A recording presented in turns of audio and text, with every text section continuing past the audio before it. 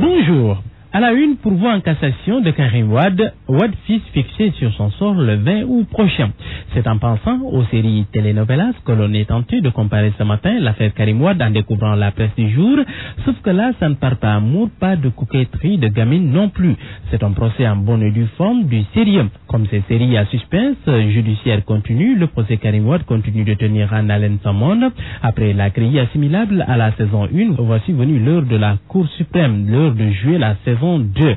L'AS évacue l'affaire en quelques mots. Pourvoi en cassation de Karim Wade, le suspense se poursuit. Le show continue en vraie enquête.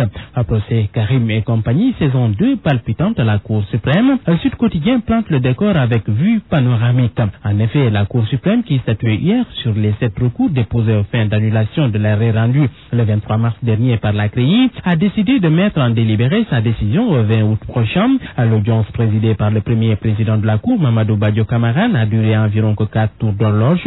Les avocats de Karim boudent l'audience. La défense parle de parodie de justice. Le populaire parle de coup d'éclat des conseils de Karim et récuse le juge Ball. Pour eux, ce dernier ne doit pas statuer sur cette affaire parce qu'il a eu à faire une émission politique dans ce dossier lorsqu'il était directeur de cabinet et conseiller juridique de l'ancien premier ministre Aminata Touré. Enquête assimile cela en show continu. Pour le confrère, la défense récidive, comme ce fut lors du procès de leur client devant la CREI. Les conseils de Wade fils ont quitté encore le prétoire. Maître Lajou parle de dilatoire de fuite en avant. Le juge Ball n'est qu'un prétexte. L'avocat s'est demandé en quoi la défense s'est sentie concernée par les propos évoqués. Tous ceux qui ont détourné des deniers publics vont répondre devant les tribunaux. Karim n'est pas poursuivi pour une histoire de détournement. Il s'agit d'enrichissement illicite.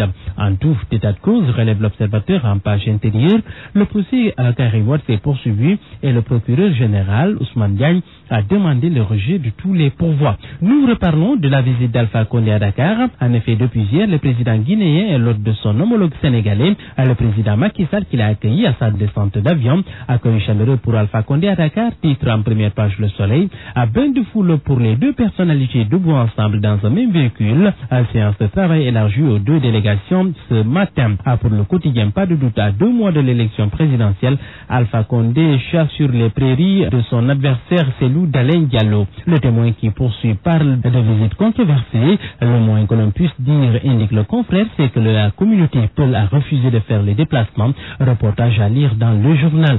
Un jeune coiffeur guinéen qui a pignon sur rue explique le mécontentement. Alpha Condé est la source de tous nos problèmes. Il est la source des divisions ethniques. C'est lui qui en est à l'origine. Nous ne l'accueillons pas. L'opposition guinéenne à Dakar, elle non plus ne lui déroule pas le tapis rouge.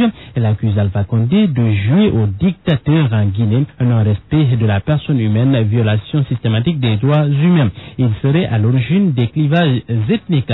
Reportage sur la cité Tobago, l'observateur nous replonge dans le drame psychologique des victimes de la cité maudite.